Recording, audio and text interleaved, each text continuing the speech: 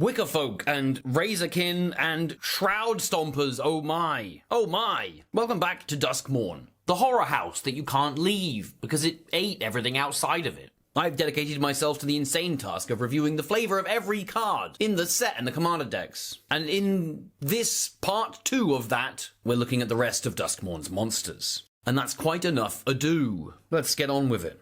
Now I have Beasties, which are some of the only nice monsters. Maybe the only nice monsters. Gremlins occasionally can be nice, but Beasties are generally nice. And I got annoyed at the guide for sort of spoiling the mystery of Beasties, as they all wear these masks. And Beasties will be very pleasant to survivors most of the time, protecting them and wanting their affection. But if a survivor is unlucky enough to see what's beneath a Beastie's mask, then the Beastie will either leave them or kill them, essentially. And the guide described the faces as visages of dried flesh tethered to exposed skulls, which was a bit of a dull answer and seemed like it sucked all the mystery away. But then Story, Keep Them Alive, did an excellent job reinserting the mystery back into Beasties. The story is sort of framed as the creation myth of the Beasties being told to you, with your perspective being that of a newly born Beastie being inducted into the fold by others. And essentially it seems that the severing of the Beastie and survivor's relationship actually comes more down to the reaction of the survivor, which is just uncontrollable, mind-breaking fear. Any survivor that glances beneath a Beastie's mask will essentially go mad with fear and just flee off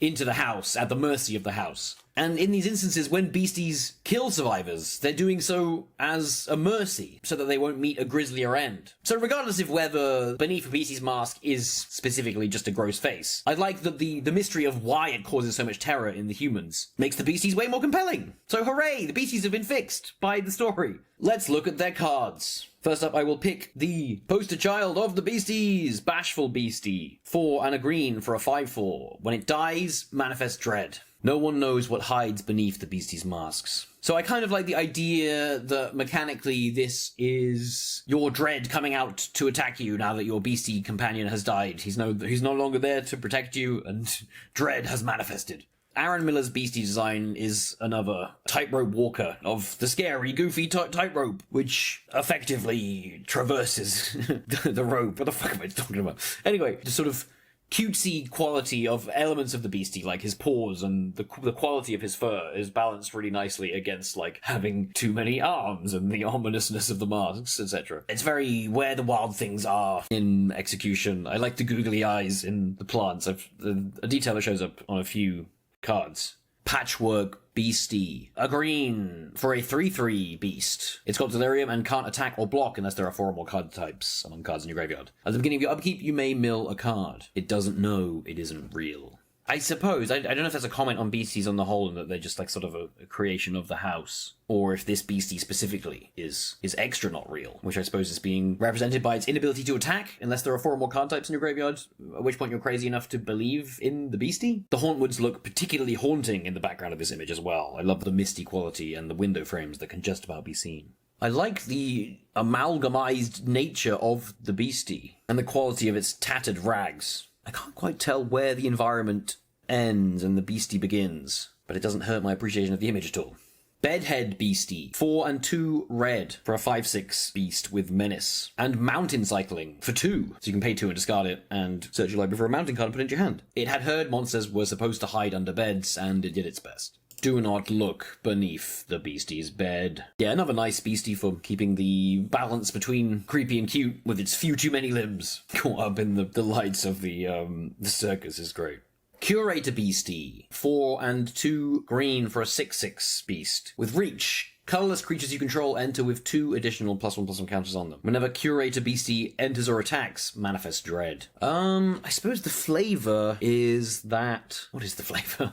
Let's think. The Beastie is curating your library as you manifest it? I don't really understand the flavor of this. It seems more like the art is having the Beast do something with furniture, like artifacts, and the card cares about creatures, so it's a bit confusing. Nils Ham, perfect choice for the creepy cute dichotomy. Is there another artist in Magic who can more perfectly walk that tightrope? And here he is, knocking it out the park with a beautifully Where the Wild Things-esque image Quality of the bamboo, the giant bamboo style trees disappearing into the darkness, the underlighting on its mask, and its feet. That's the most where the wild things are feet ever, and its sort of stomping pose adds a kind of levity to it, as does its shocked expression. Oh, which is just creepy and cute. Gorgeous, painterly style, the light. I love the limited quality of all the orange lights and how they only illuminate the area just around them.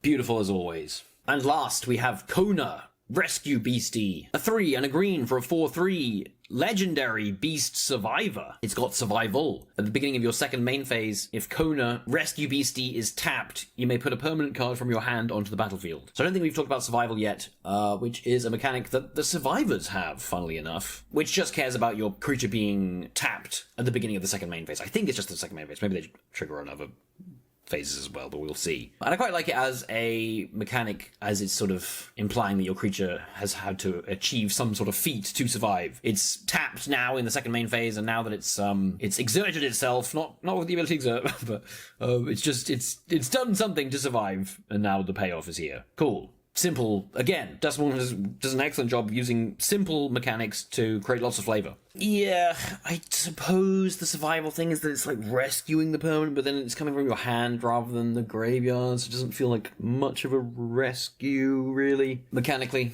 she's got a heart of gold, a nose for danger, and jaws that can pulverize a cellar spawn with a single snap. Oh, there's powerful jaws. It looks quite small. I guess it's supposed to be small but powerful, sort of dog-esque. It's just two dogs mashed together, plus a few hands. And looks like it's capable of using at least a bit of tech, whether it's just survivors that are storing this tech on its back or it's keeping it itself. I guess the implication is it's keeping it itself. It's using the flashlight, isn't it? Smarter than your average beastie. I do love the painterly quality of it and how that green glow is evoked across its fur. It looks gorgeous. And also this floorboard path through the Hauntwoods is just a delightful little scene. I don't know how I feel about a beastie having survivor as a type, as the beasties are a product of the house and survivors are all not a product of the house except for this one, I guess. Feels a little odd, and it's sort of, I don't know. I mean, beasties obviously can die, but they also feel semi-ephemeral. The other one's talking about how it's not real, etc. So it's sort of a bit weird to give one the survivor type, in my opinion. We are now to look at Wickerfolk, which are living wooden wicker people that are the result of a ritual that went wrong.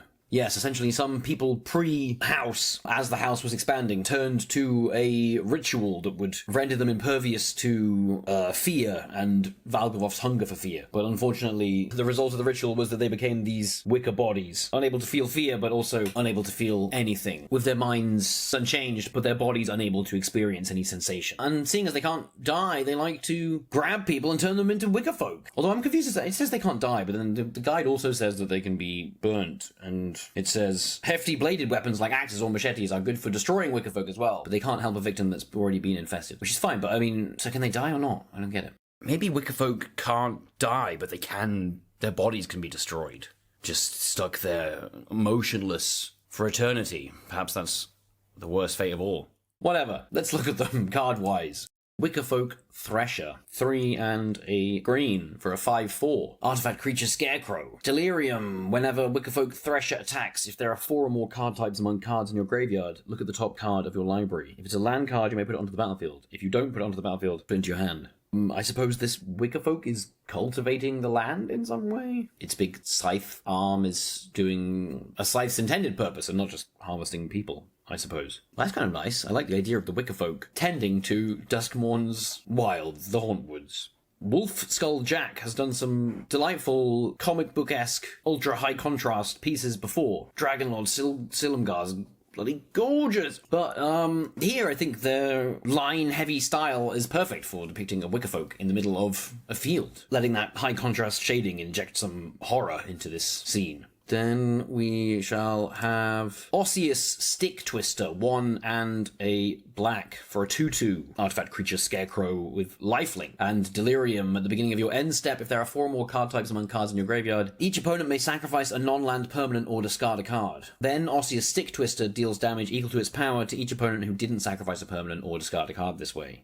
And obviously because it has lifelink, you'll be gaining life for the damage it does then. It seems to be collecting bones, so perhaps this in some way represents the sacrifice your opponent has to make. And if you don't pay tribute to it, it'll twist its sticks into you, I suppose. The face of Wickerfolk from the guide. The ominous green mist balanced against the orange of the background creates a gorgeous horror movie 80s palette for this image. It can be hard to tell because lots of the images have very effectively done environment warping for various reasons. But perhaps the stick-twisting nature of this Wickerfolk is causing the lamps to bend towards it. Wildfire Wickerfolk, a red and a green for a 3-2. It's got haste and delirium. Wildfire Wickerfolk gets +1/+1 and has trample as long as there are 4 more card types among cards in your graveyard. Isn't fire supposed to kill those things? Tyvar. Yeah, isn't it? I guess not all of them, or maybe that was a lie. I like that this one almost looks like a Blair Witch-esque effigy that's on fire. And it almost feels like another jump scare image. In all the movement that's being implied by the out of focus background and the sort of wall of fire. Wall, not wall. And then the Swarm Weaver, 2 and a black and a green for a 2/3. When it enters, create 2 1/1 black and green insect creature tokens with flying. Delirium, as long as there are 4 or more card types among cards in your graveyard, insects and spiders you control get +1/+1 and have Death Touch. Yes, monstrous bees, delightful, very horrible looking bees, or wasps even. That's real cool. Yeah, every part of that bee is just as aggressive as it can possibly be. It's more of a wasp, isn't it, anyway? Well, regardless, these wasps have built a nest in a Wickerfolk, and now it's breathing them out. I like these other wicked folk in the background. Are these people that died in the process of becoming Wickerfolk, or dead Wickerfolk? Rendmore, creaking nest. 3, a black and a green for a 5/5. Legendary scarecrow. It's got menace and reach. When it enters, and whenever you play a card with 2 or more card types, each player creates a tapped 2/2 black bird creature token with flying. The tokens are goaded for the rest of the game. It's the opposite of a scarecrow. This scarecrow makes crows. I like the many skeletons woven into Rendmore. Perhaps Wickerfolk sort of meld together after a while. Also, I've been playing Rendmore a little bit as Commander, and it's a lot of fun. I love goading things and giving people creatures, and this does those things. And it's great. It can be very oppressive, especially when you play Coat of Arms in the late game. And then we have Gremlins, which are little mischievous guys. Red guys. They're basically gremlins, like the movie Gremlins. And they're just around to cause mischief, etc., and kind of play a role similar to how devils typically do in Magic. Maybe less aggressive than devils, though. And there are 2 gremlin cards in the Duskmourn cards, and they each kind of represent one of the 2 modes of gremlins in the movie Gremlins. Irreverent Gremlin. He's 1 on a red for a 2/2. He's got menace. Whenever another creature you control with power 2 or less enters, you may discard a card. If you do, draw a card. Do this only once each turn. He's a small thing that cares about other small things, and I guess the looting effect sort of feels like gremlins rummaging around, stealing bits, producing other bits. And we've just got a cheeky guy in the art with this key that he's produced at the cost of all of your candles. Effective. Good design for evoking the exact emotion that I feel like it's trying to, which is cheeky. Barb Flare Gremlin, 3 and a red for a 3/2. It's got first strike and haste. Whenever a player taps a land for mana, if Barb Flare Gremlin is tapped, that player adds 1 mana of any type that land produced. Then that land deals 1 damage to that player. You think burning the pie to a crisp was bad? You should see what it did to the chef. Meg, supply runner. Maybe burning the pie to a crisp is the gremlin overcharging your lands for you to the point where they overcook your pies. But then he will deal 1 damage to you, the chef, or the land will. Well, I kind of like that it is the land doing the damage as well and not him. That does kind of give the impression that he's starting fires, and I like it. Yeah, this is really good flavor, actually. I really like that. He has to tap in order to head over and set your lands on fire. And then, once he has, they'll produce more energy for you briefly, but also burn you. Delightfully monstrous grin. This mogwai has gotten wet or eaten or one of the other things. I haven't actually seen gremlins, but I know the deal. Lovely pinprick eyes and pin-shaped teeth. Beautiful, malevolent grin.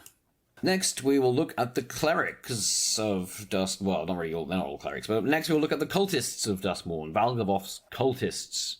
So the cult of Valgavoth worship Valgavoth, obviously, and they call him the Devouring Father.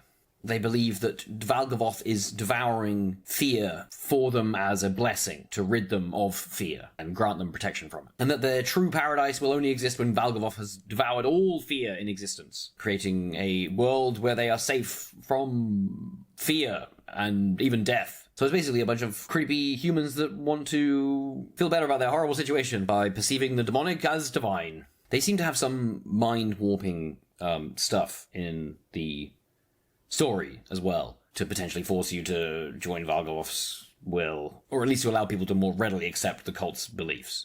They sometimes put people in pods to let Valgovoth feed on their minds directly. They like to do it themselves and gradually lose themselves. So we'll look at Valgovoth's Faithful first. It's a 1/1 for 1 black, a human cleric. You can pay 3 and 1 black to sacrifice it, and return target creature card from your graveyard to the battlefield. Activate only as a sorcery. That's the one good thing about these cultists. Sometimes they do your work for you. Winter. I think the flavor text is supposed to be referencing the fact that the cultist is sacrificing itself. Although, also it's a bit of a hint for Winter's role in the story as well. Actually, having the light emanating up from the floor and the moths flying up through this hole in the floor while the cultist looks down and is about to stab themselves in the chest, I think this is actually like a perfect artistic representation of the mechanics in the art. And the sickly green glow coming in through the windows and floorboards is perfect. Fanatic of the Harrowing is 3 and a black for a 2/2. When it enters, each player discards a card. If you discarded a card this way, draw a card. Valgovoth wants our pain, our terror. We cannot join him unless we suffer. The poster child of cultists from the Planeswalker's Guide. I do like his extended grin, widening out beyond what it should be able to. I'm not sure, it's on a few cards, and I'm not 100% about the moth-shaped holy book. I think it's an okay idea, but in execution they just look a bit too Disney, weirdly. I'm not entirely sure why. But the Valgovoth mural on the wall is excellent. I like that the moths are like concentrated around his face as well. Mechanically, I think this also does a good job of representing the cultists in that it's causing a negative effect for everybody, but for your cultist that has embraced the darkness, it offers a benefit as well. Metamorphosis Fanatic, 4 and 2 black for a 4/4 human cleric. It's got lifelink. When it enters, return up to 1 target creature card from your graveyard to the battlefield with a lifelink counter on it. And it has a miracle cost of 1 and a black, so you may cast this card for its miracle cost when you draw it if it's the first card you drew this turn. I guess the flavor with the reanimation effect is that your creature was gestating in one of the cocoons that the cultists cultivate and put people into to change them into something, whether to make them more compliant or to metamorphosize them into something else. I think both are implied to happen. But I assume that's the flavor of what's occurring here. I wish, given that the cocoons were more of a focus in the art. There's one in the background, but I think they should be more of the focus. Excellent lighting on the cultists, though. And I like the quality of the mist, I think, adds to the ambiguity of the image and the idea of anything being about to emerge. Resurrected Cultist, 2 and a black for a 4/1 human cleric. Delirium, 2 and 2 black. Return Resurrected Cultist from your graveyard to the battlefield with a finality counter on it. Activate only if there are 4 or more card types among cards in your graveyard, and only as a sorcery. It's a Resurrected Cultist because it returns itself from your graveyard. Tyler Walpole's art I absolutely love. The horrifying beady red eyes. I like that the machete almost matches the coffin, like it's some element of the resurrection. Yeah, and the quality of the light catching the dust and the moths circling him. Gorgeous use of light. I also and this is a thing this is a criticism I'll have for a few cards coming up, but I love the use of human as a type as well. It makes him so much creepier. If he'd just been a zombie, which I guess would make perfect sense, but he'd be far less interesting. Having that ominous human type is way creepier. Cult Healer is 2 and a white for a 3/3 human doctor with Eerie. Whenever an enchantment you control enters and whenever you fully unlock a room, Cult Healer gains lifelink until end of turn. Oh, we don't need to operate. I've just always wanted to try it. We've got a hostile style cultist here, chopping people up, maybe doing some healing, but he heals when he deals damage, which I quite like, so the cult healer can only heal you for as much damage as he deals. Victor Valgovoth Seneschal, 1 and a white and a black for a 3/3 human warlock, who's legendary and has Eerie. Whenever an enchantment you control enters, and whenever you fully unlock a room, surveil 2, if this is the first time this ability has resolved this turn. If it's the second time, each opponent discards a card. If it's the third time, put a creature card from your graveyard onto the battlefield under your control. I quite like the idea of the repeating of the ability, sort of creating this crescendo to his sermon and the resulting cult activities. As you spread the message of Valgovoth further, his influence is wrought ever greater. Did I say influence twice in a row then? I'm not quite sure. Oh well. Next on the list are Razorkin, seemingly previous survivors of the house that have been claimed and warped by Valgaboth. They mostly hang out in the boiler bilges and like to turn their territory into a sort of Saw-esque environment of stabby, slashy pain. Their designs tend to oscillate between it and Hellraiser, to be honest. Clowns and spikes in varying degrees. So let's start with Razorkin Needlehead. He's a 2/2 human assassin. He's got first strike if it's your turn. And whenever an opponent draws a card, Razorkin Needlehead deals 1 damage to them. Stitch your eyes, stitch your skin, stitch your mouth into a grin. Lovely. He's mashing together at least 2 80s horror movie tropes, or references even, by being called Needlehead, like a pinhead, and having Freddy Krueger's gloves on, kind of. The higgledy-piggledy Burton-esque stares combined with his pose. I think this strikes a good balance between scary and silly in a way that I enjoy, and it's difficult to pull off. Maybe that's also like an Evil Dead reference, kind of, in terms of tone. Not really, but you know what I mean.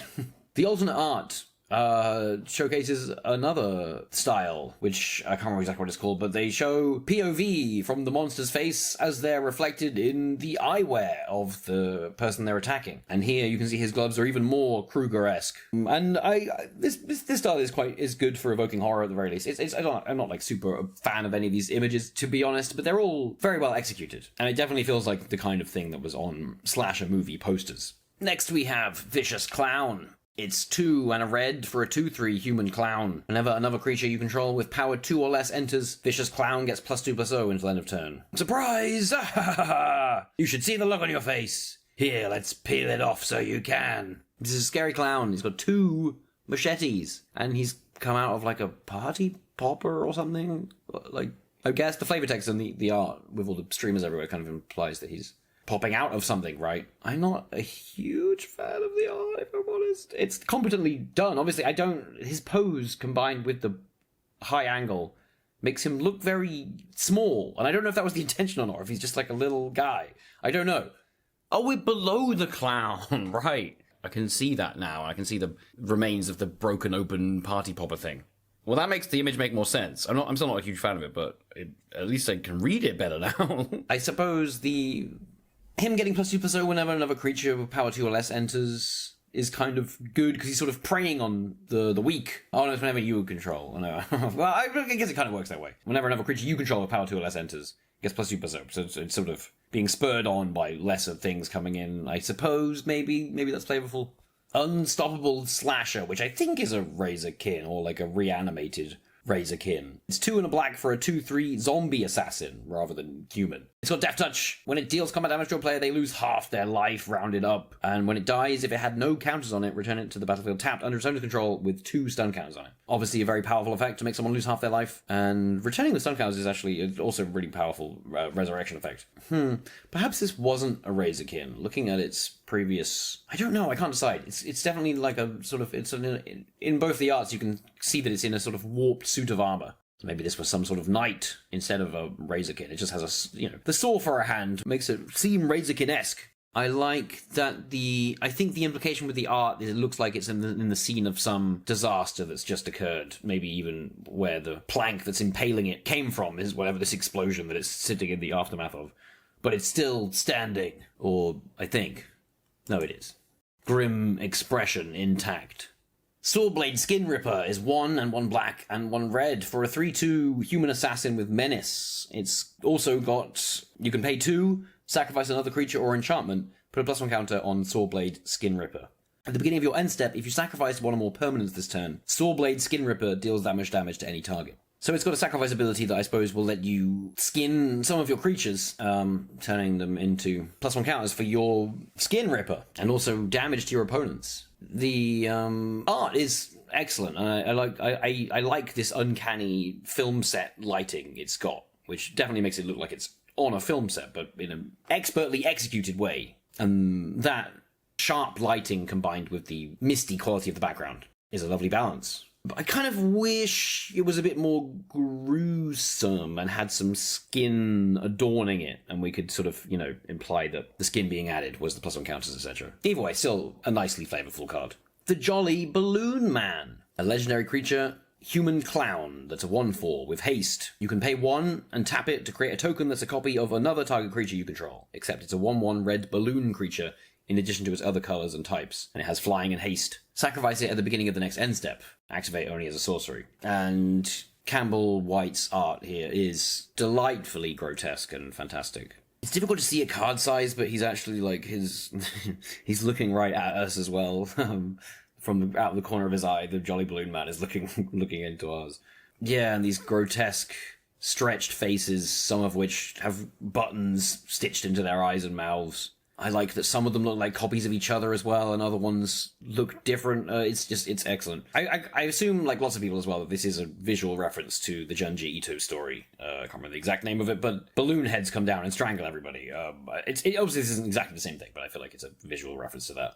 And I suppose it, as well, being the clown with balloons. Well, I suppose balloons with a clown has... Lots of clowns have balloons. But either way, yeah, and just delightfully creepy, excellently considered tone throughout the whole piece. The environment reminds me of Control, actually. It lends power to him as we're sort of lower down. And I don't know, his balloons filling the space, it gives him sort of this mastery over this abstract domain that for us would be difficult to traverse, but the Jolly Balloon Man looks like he's in his element. Yeah, what a well-considered horror tone for this piece. Boiler Bilge's Ripper, 4 and a red, for a 4/4 human assassin. When Boiler Bilge's Ripper enters, you may sacrifice another creature or enchantment. When you do, Boiler Bilge's Ripper deals 2 damage to any target. Go ahead, meat. Run. Sacrificing your creatures and dealing damage to other targets, it's just a violent card, which feels very appropriate. And also, if we assume that we are our opponent's creature that he's staring down in the art, then perhaps the head he's holding is our creature that he's already sacrificed. It's time for that criticism again. The lighting is spectacular. The horrifying beady eyes, this pitch black figure being illuminated by the furnace to the left. Oh, and all the pipes and things just obscuring the light and casting these beams of smoke across him, and shadow to the right of him. Probably one of the best pieces in the set. Absolutely. Oh. And he's scary. He's really a scary guy. I love it.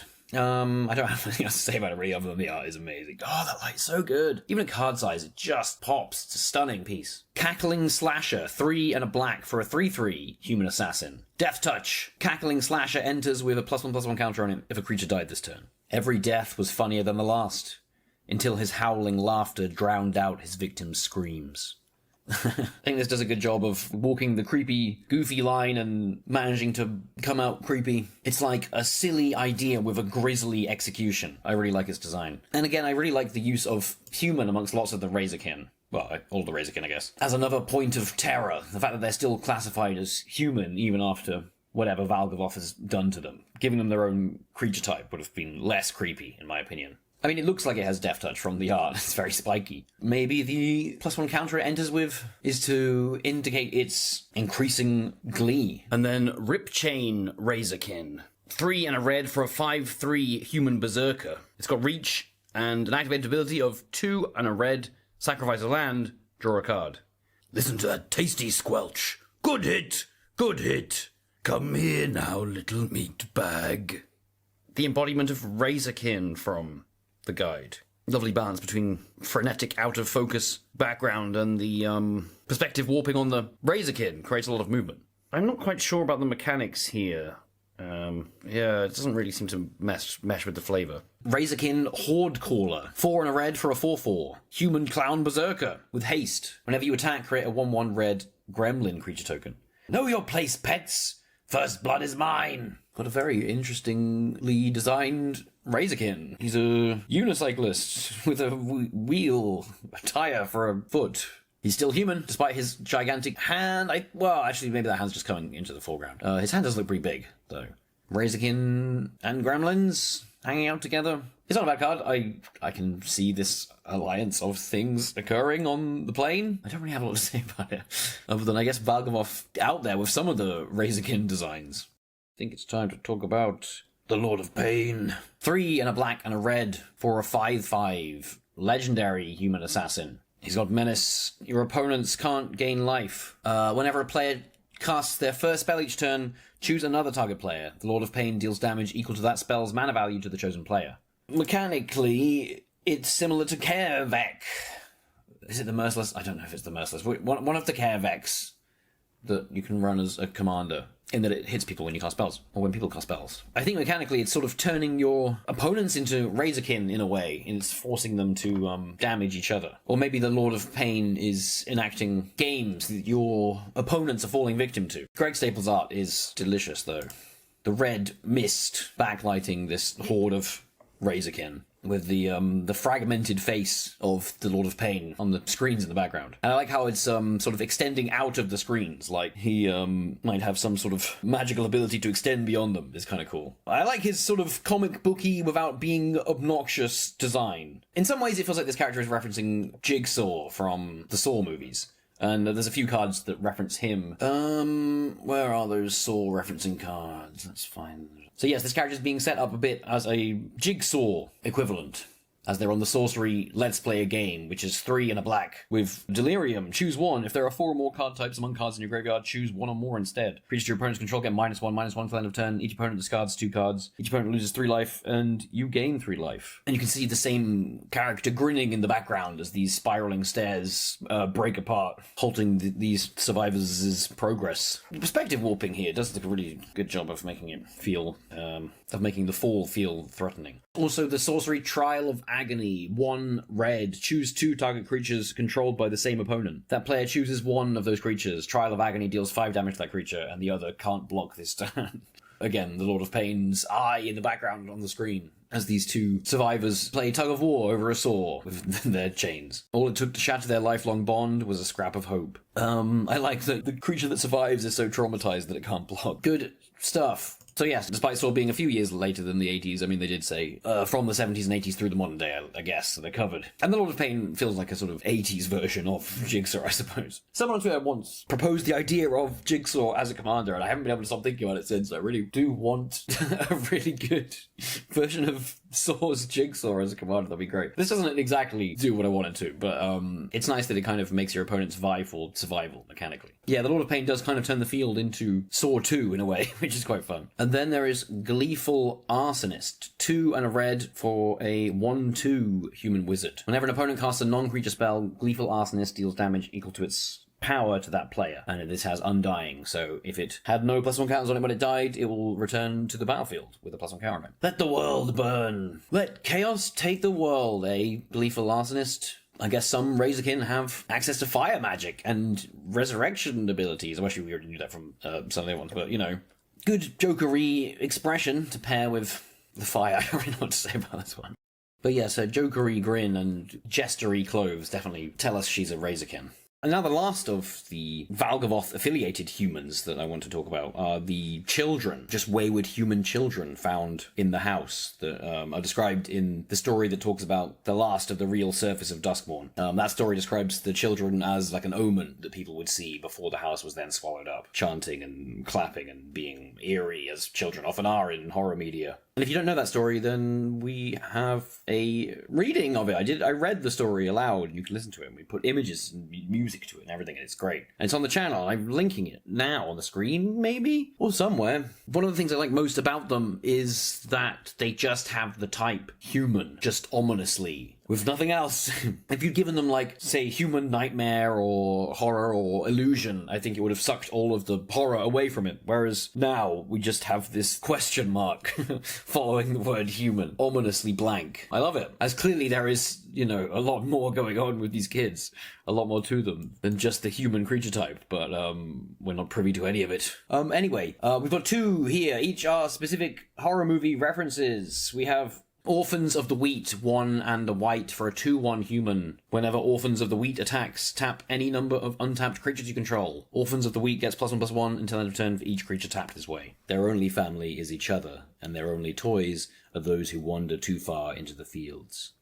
It's got to be one of the most direct movie references that we have, at least in the name, in that it's a thesaurus-sized Children of the Corn, essentially. There's some more excellent underlighting here in Julie Dillion's piece. That green is so delightfully otherworldly. Perfect 80s horror movie color palette. The ominous eyes. The blue of the crops gradually fading through pink into orange. I love that we're planted POV style in this field, with just the vague impression of the house in the background. I don't know whether you tapping your creatures is supposed to be them getting stuck in the wheat and thus powering your orphan somehow. I'm not sure. But the incredible art is enough to sell this for me anyway. Unsettling Twins. 3 and a white for a 2/2. When it enters, manifest dread. So, I guess you will get 4 power for your 4 mana. Come play with us. Definitely a reference to the twins from The Shining. But I love how in Lauren K. Cannon's art here, their shadow is warping into this, I guess looks almost like a Celespawn with this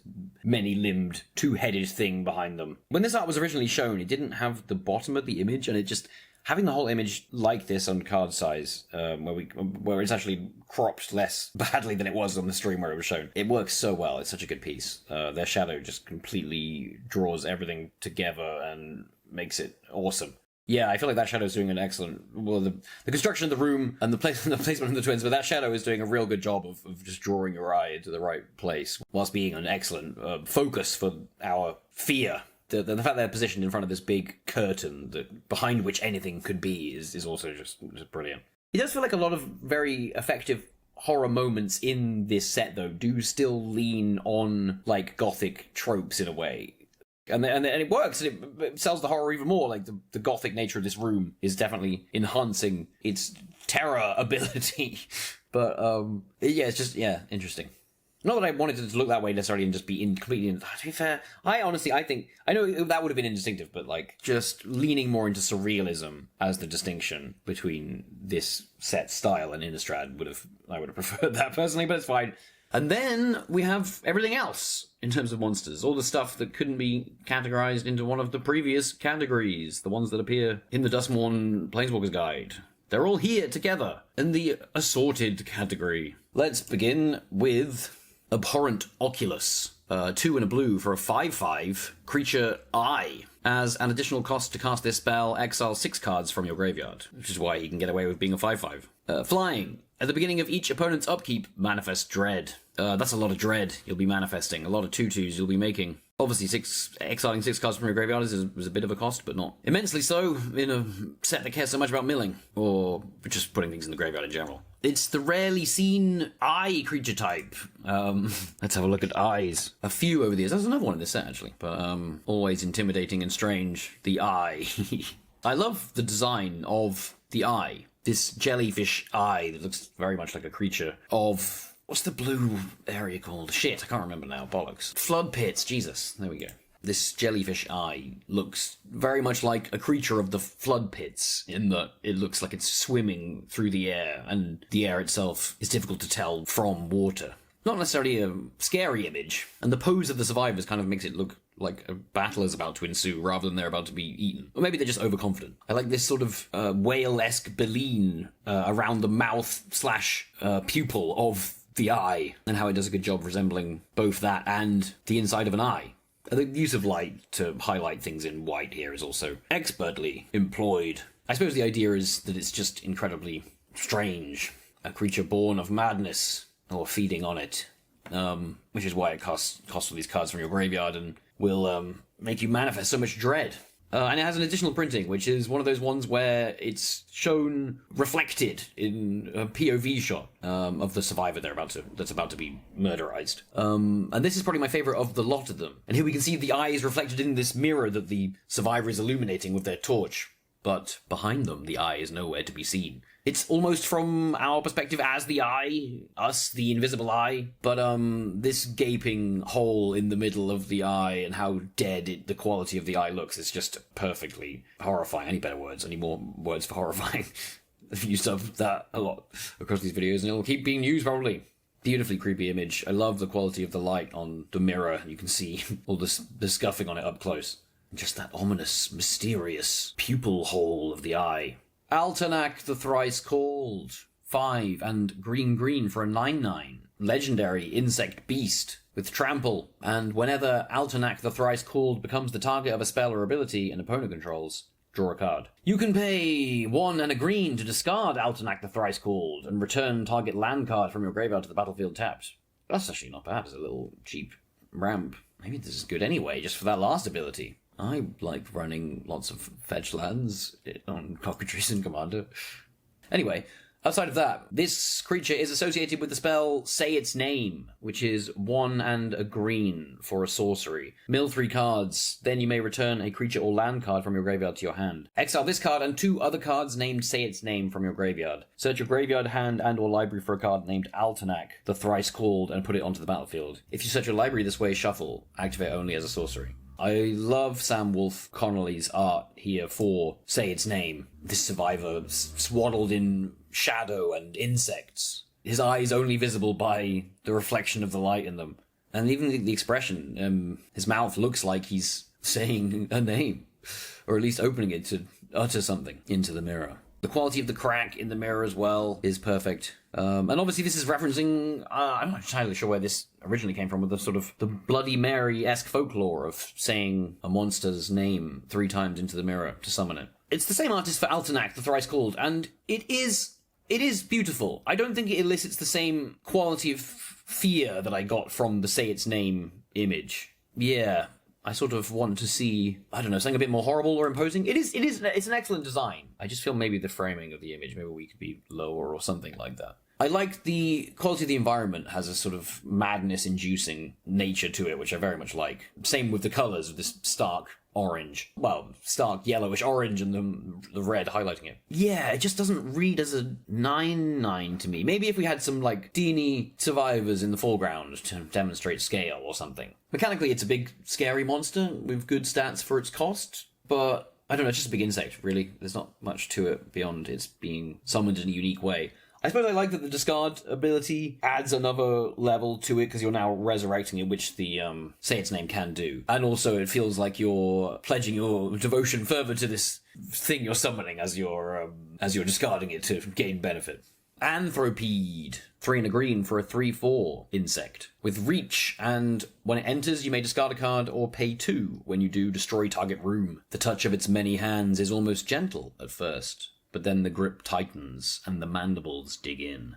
I think even if this thing is touching me gently, I'm not okay with that anyway. I like in the art that it's sort of... has it chewed its way through the door? It's actually quite hard to tell. I think it has... Yes? I think it's sort of... Yeah, it's like wrapped around the door and chewed it open, maybe? I think. I'm not sure about that, actually. Or if that's a window. Hey, it's Duskmourn, it's hard to say. Or if we're not even inside, are we? I'm so confused. Or it's destroying a door that would have led to a different room, and that's where the destroy room mechanic is being evoked. Maybe? It's interesting that the flavor text cares more about what it's doing to you than a room, though, if you know what I mean. It's not really evoking that, but that's fine. It's a very creepy amalgam. I feel like... I like the hands up front. Maybe incorporating more hands further into the body would have made it creepy, I'm not sure. And the pointy human nose is kind of good. I wonder if a more regular human nose would have been even more imposing, though, to capture that sort of anthropomorphization that the name is referencing. But the colours and the light do sell this jump scare moment a lot. And it's definitely human enough to scratch the uncanny, or poke the uncanny centre of your brain. I have no idea if that sentence made sense so well. Baelmerg Leech. 1 and a black for a 2/2. Leech. Eerie. Whenever an enchantment you control enters and whenever you fully unlock a room, each opponent loses 1 life. Adapted to feed on dead flesh. It's not adverse to making its own when no corpses are available. I'm confused by that flavor text. I don't know what that's supposed to mean. What? Killing something. Oh, right. Okay, that confused the fuck out of me. Maybe I'm just dumb. Right, it will kill something! Okay, I get it now. John Tedrick, responsible for lots of fantastic art this set, employing a diverse array of different beautiful horror movie lighting effects. And I love how the creases and folds of the leech catch this eerie green underlighting. It's a common that does a black effect. It's not really... the leech is hurting your opponents when rooms enter. I don't know. I don't know. Let's just move on. It's not important. It's just a common. Balustrade. Well, yeah, God, I forgot about the TV ones as well. I need to talk about the TV ones at some point. We'll talk about the worm and then we'll do some other ones. Maybe I'll do a section in this video at the end where I just cover all the stuff I missed from last video. Balustrade Worm. 3 and 2 green for a 5/5. Worm. It can't be countered. It's got Trample and Haste and Delirium. As an activated ability, 2 and green. Return Balustrade Worm from your graveyard to the battlefield with a finality counter on it. Activate only if there are 4 or more card types among cards in your graveyard. And only as a sorcery. Is it the house? Is it a worm? It's both. Maxine Minard, also responsible for lots of good art this set. And the interior of the roof over the Hauntwoods here creates such an awesome environment. I love how we can see the trail of this worm tearing up the floor. Or maybe it was the floor. It almost feels like we, as the POV of this image, are hiding behind this bit of stairway, which may itself just be more of the worm. And then I will talk about the alternate art. And I've forgotten to talk about all the other cards in this style, so we'll talk about this one first, and then there'll be a section at the end where I cover all the stuff I forgot last time. It's one of the extra styles, of which there are many in this set. It's one what looks like the tech from the set. Or maybe even like those Pip-Boy ones from the Fallout cards from a little while ago. It's basically the same kind of deal in all ways, both in the art and the frame. And to be honest, actually, I like this frame a lot. I'm not a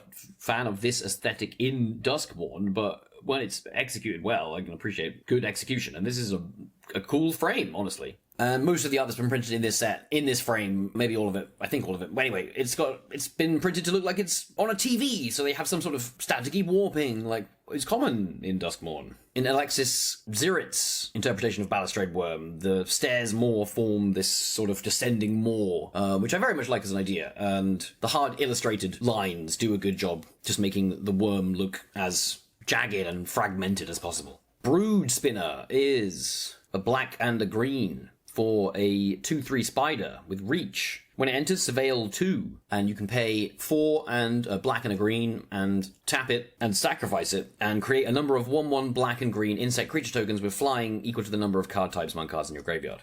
Is the Brood Spinner inadvertently incubating wasps? It's a horror movie twist at the end that the Brood Spinner's nest actually contained wasps and not even spiders. It does look like it has a little nest in the foreground of the art. Igor Kristik's art here is beautiful as well.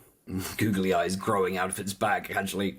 Like some sort of fungus of the Hauntwoods is awesome. I feel like I've just turned a corner and pushed a big leaf out the way and found this disturbing scene, which I wish I hadn't. I love how much of this image descends into darkness in all directions. Just the foreground kind of propped up by the web itself. It's gorgeous. Creeping Peeper. 1 and a blue for a 2/1. Another eye creature. You can tap it and add blue. Spend this mana only to cast an enchantment spell, unlock a door, or turn a permanent face up. Be on your guard, Valgavoth has eyes everywhere, and I don't mean that figuratively. It's another creepy eye of a different type. This one's insectile, and clambering over books, which I've seen people point out, one of which has Phyrexian script on the side, whether that will portend to anything or not, who knows? If Valgavoth's been opening doors to other worlds, I'm sure he's aware of Phyrexia to some degree. Although there was also some implication in the story that the people of, or in the, not the story, sorry, but the Planeswalker's Guide, that the people of Duskmourn have been aware of, or were starting to potentially begin to be aware of the multiverse. So whether this book existed before the house or not, who can say? What a diseased-looking eye you have. It looks dried out and disgusting. It's beautiful.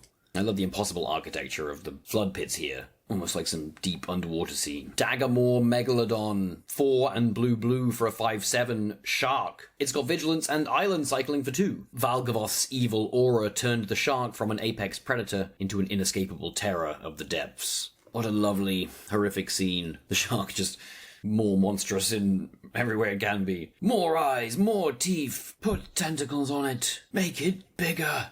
Just bouncing off of furniture as this survivor scrambles through this flooded hallway. I love how the tiny space that the survivor takes up, plus massive shark, plus this water effect, creates so much claustrophobia in this image, despite depicting a megalodon.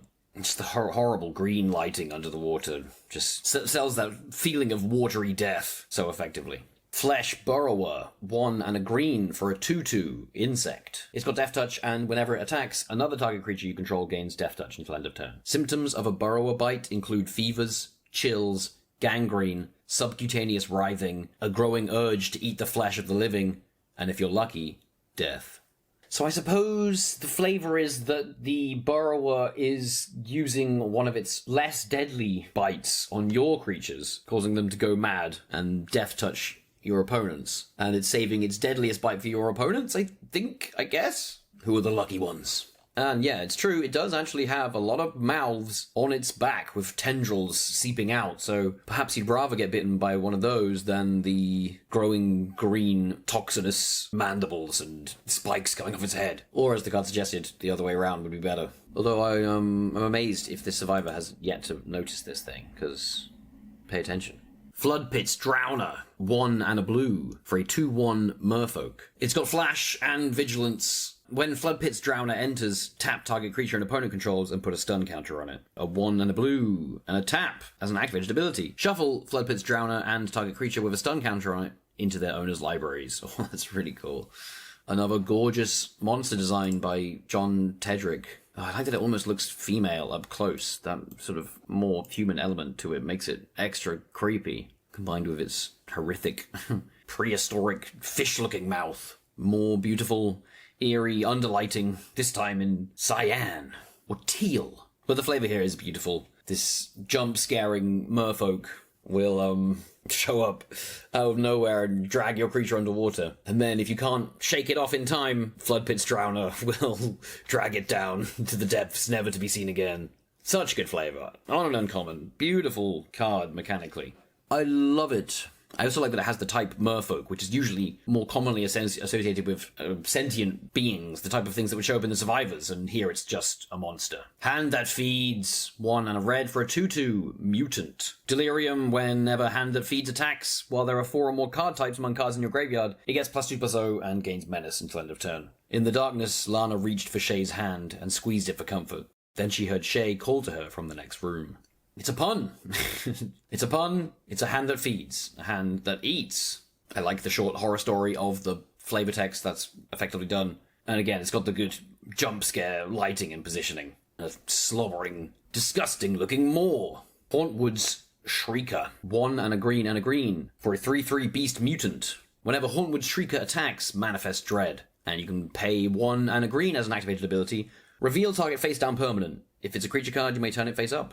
I suppose Manifest Dread works with almost all monsters, because it's just like, are they scary? Yes, if that's the intention, then they're manifesting dread. Look, they've created fear. Which, makes sense. I'm not quite sure what the flavour of him being such an efficient way to turn them over is. He's, maybe the shrieking is like luring things in. He shrieks and that scares you, but it also causes the horrors to come out of their corners. Yeah, cool. I think that's good flavour. Another John Tedrick monster design. I like that this one almost looks like this is the moment in the movie when you realise this monster is actually something to be feared. Like you see it from behind or whatever, and it doesn't look as imposing, and then it spins around and goes, ah! It's got a horrible mouth, and it shrieks, and then the survivors all go, oh no, we shouldn't have been aimlessly following this thing. Yeah, that's exactly what I get from this, at least. Hauntwood Shrieker has one of those perspective shot alt arts by Siddharth Chaturvedi, and it is definitely one of the better ones. They did an excellent job capturing the look of terror that's common in horror movie posters. And I like that this Hauntwood Shrieker is a bit different. It seems to have exposed organs or something in the foreground. Innocuous Rat, 1 and a black for a 1/1 rat. When it dies, manifest dread. Now we can see the flavour here is that the rat is in some way connected to this dread, Celispawn / nightmare / etc. that's associated with the rat itself, this malevolent force backing it up. And I actually really like the art a lot, and I think this card would work really well for me, art-wise, with just a different name. I don't like Innocuous Rat, because nothing about this rat is innocuous. You'd have to be completely stupid to not notice the tendrils coming off the back of the rat and the eyes they were behind them. I like, either if this art was delivering the same idea with more subtlety, or the name didn't include the word innocuous, the flavour would work for me, but they don't quite go together. As much as I like both in isolation, if you see what I'm saying. Insidious Fungus. 1 green for a 1/2 fungus. You can pay 2 and sacrifice it and choose 1. Destroy target artifact, destroy target enchantment. Draw a card, then you may put a land card from your hand onto the battlefield tapped. Wherever it grows, wood rots, walls turn grey, and flesh becomes fertilizer. That's a very good card. I like that a lot. Yeah, it's like a caustic caterpillar, but it also could ramp you and draw your card. That's just very good. And it's a 1/2 for 1 anyway. Just, yeah, very tasty. Flavour-wise, I think that does do a good job of showing how this fungus can chew through your opponent's things, or even fertilise the land for you. How nice. Yeah, and a fungus growing in the shape of hands is beautifully executed here. This is one of the cards that has the screen art as well. Although in this instance it's coming through the screen, which is odd. Are they doing that ring style on other cards? I haven't seen that yet. Oh yes, that is the case. All of the TV frame cards protrude ring style. It's very busy. Oh, I suppose it's the same kind of thing. I can see now. It's a hand. It's coming out of the fungus and grabbing a nondescript bit of survivor tech. How will they survive without their ghost resonance harmonizer? Yeah, it's cool. There's not really much horror to this image, though. Just, whoa! That's how I feel when I look at it. Malevolent Chandelier. 6 for a 4/4 artifact creature construct. It flies, and you can pay 2 as an activated ability, and put target card from a graveyard on the bottom of its owner's library. Activate only as a sorcery. If you see a light moving towards you in the darkness, don't assume it's coming to help. Winter. I'm not quite sure what the flavor of this chandelier, putting things from your graveyard, or anyone's graveyard, on the bottom of libraries. Hiding bodies away, removing... yeah, I'm not sure what that's about. It's a scary chandelier that flies around. It's got a burning head in the middle of it. I like this doomed survivor beneath it that's sort of being swallowed by the light. Omnivorous Fly Trap. 2 and a green for a 2/4 plant. Delirium. Whenever it enters or attacks, if there are 4 or more card types among cards in your graveyard, distribute 2 +1 counters among 1 or 2 target creatures. Then if there are 6 or more card types among cards in your graveyard, double the number of +1 counters on those creatures. +1 counters can feel like growing, so that the growing of the plant increasing as your madness grows lends itself to the nature of Duskmourn. It's a more horrific version of the plant from Little Shop of Horrors, and thus it has many teeth and children. Beautiful painting, and I think all the detailing on the leaves in the background definitely lends to the idea of growth. The alternate screen art for it is very cool and looks like it's coming out of the frame at us. And I very much like the lighting on its teeth in the foreground, creating that jump scare again. I think there needs to be more to the background of this image. Maybe that was, sacrificed in order to create this effect that it's emerging. But as such, it just lacks too much context for that effect to really work anyway. So it's kind of neither here nor there at the end of the day. And that's the only part of the day that matters. Persistent Constrictor, 4 and a black for a 5/3 zombie snake. At the beginning of each opponent's upkeep, they lose 1 life and put a -1 counter on up to 1 target creature they control. And this has Persist, so if it dies without a -1 counter on it, then you can return it with a -1 counter on it. Cool effect, and I like that it definitely gives the impression of spreading toxins. I'm not really sure about the flavour of constricting something for -1 counters. I guess that maybe makes sense. The snake's hollow, dead eyes are lush, and the sickly red of the background highlighting it is cool. Ooh, let's look closer into this art, as I believe there's more... Oh, I see, it's actually consuming this survivor. You can see through the exposed part of the snake in the foreground. That was difficult to see at card size, actually. But someone is travelling down the snake's body. Piranha Fly, 1 and a blue for a 2/1 fish insect. Piranha Fly flies and enters tapped. They thirst for blood like mosquitoes do. They just have a less dainty way of accessing it. I suppose you could describe mosquitoes as dainty, even if I don't like thinking of that word in association with them. Gross and bad. If I'm honest, though, I think this looks more like a fish bird than a fish insect. It's creepy, and I don't want it to bite me, but I also look like I like the trail behind it. Looks like it might have flown out of water through the door, which is also a cool detail. I think it should look a bit more insecty, personally. It's not very insecty. Possessed Goat. 1 white for a 1/1 goat. You can pay 3 and discard a card and put 3 +1 counters on Possessed Goat, and it becomes a black demon in addition to its other colours and types. Activate only once. When their would-be sacrifice wandered back to their encampment, the survivors breathed a sigh of relief, assuming the demon had departed. It has given your goat more eyes. And just floating behind it in the sky, can't you see it? I guess they can't. Only the audience can. Excellent use of colour here, between the warmth of the goat and the coldness of the demon in the background.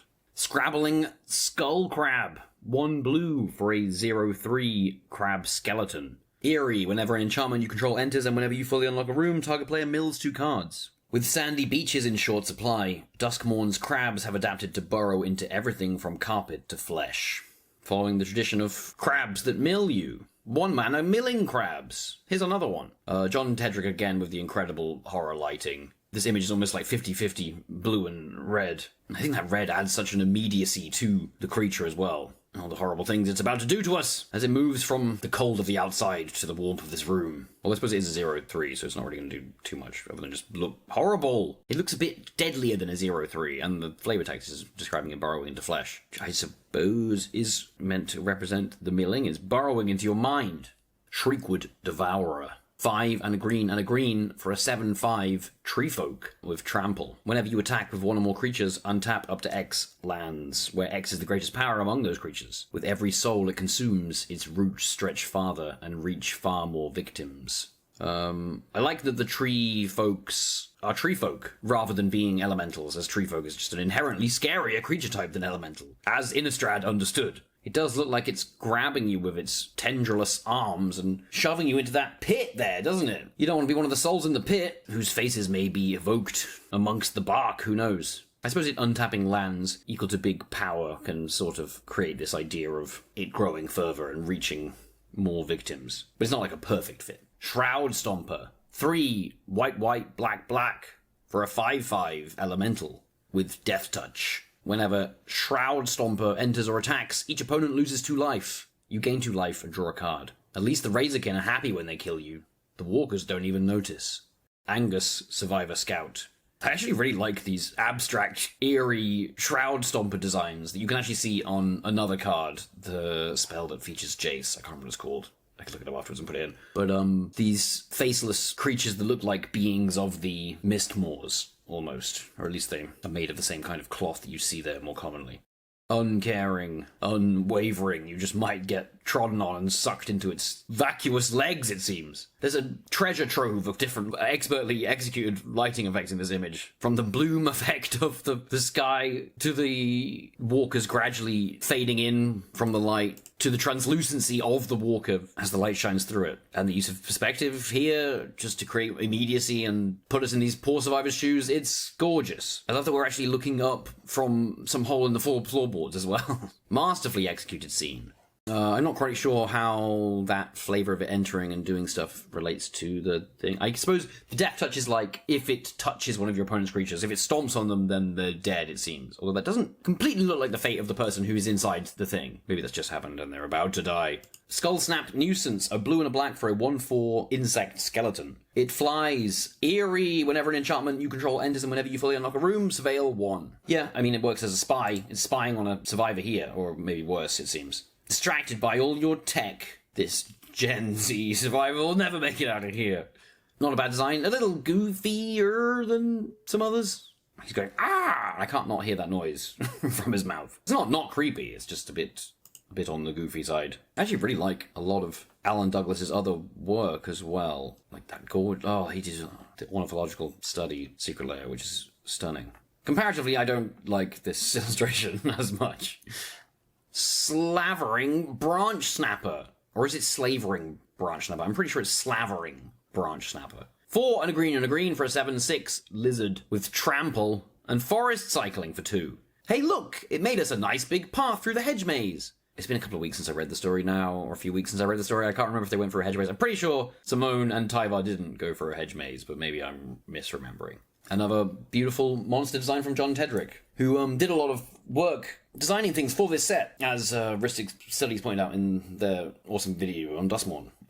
Beautiful backlighting here. I love the use of the window in the background as the moon. And I like this sort of sloth-handed monster that looks like it is good for snapping branches, whilst being monster movie-esque design. I mean, maybe I'm wrong, I'm not the biggest 80s horror movie head, but it feels like it's harkening back to monster movies of before that kind of time. Spine Seeker Centipede. 2 and a green for a 2/1 insect. When it enters, search your library for a basic land card, reveal it and put it into your hand, then shuffle. Delirium. It gets +1/+2 and has vigilance as long as there are 4 or more card types among cards in your graveyard.